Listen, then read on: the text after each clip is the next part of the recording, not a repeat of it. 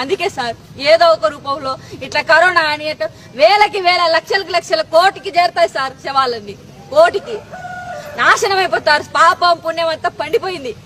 పేద బీద అనేది ఏం లేదు, పోయింది సార్ అంతా నాశనం.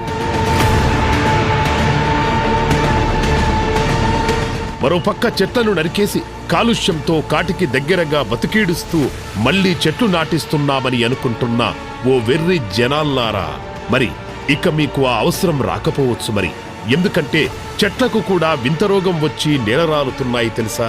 వీటన్నిటికీ మూలం గో వ్యవసాయాన్ని వదిలి విషాన్ని చల్లడం, విషాన్ని తినడం, విషాన్ని పీల్చడం, విష సంస్కృతి అలవాటు చేసుకోవడం వల్ల వాతావరణంలో సమతుల్యం లోపించింది. అందువల్లే ఇన్ని విపరీతాలు సంభవించాయని మేధావులు చెబుతున్నారు.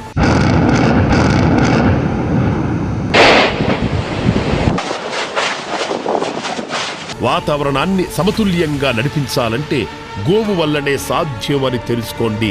గోపంచ ద్రవ్యాలతో మన ఆరోగ్యాన్ని, మన చుట్టూ ఉన్న పరిసరాలను, ప్రకృతిని కాపాడుకోవచ్చు. గోవే మన రక్షణ వలయమని ఇప్పటికైనా తెలుసుకోండి.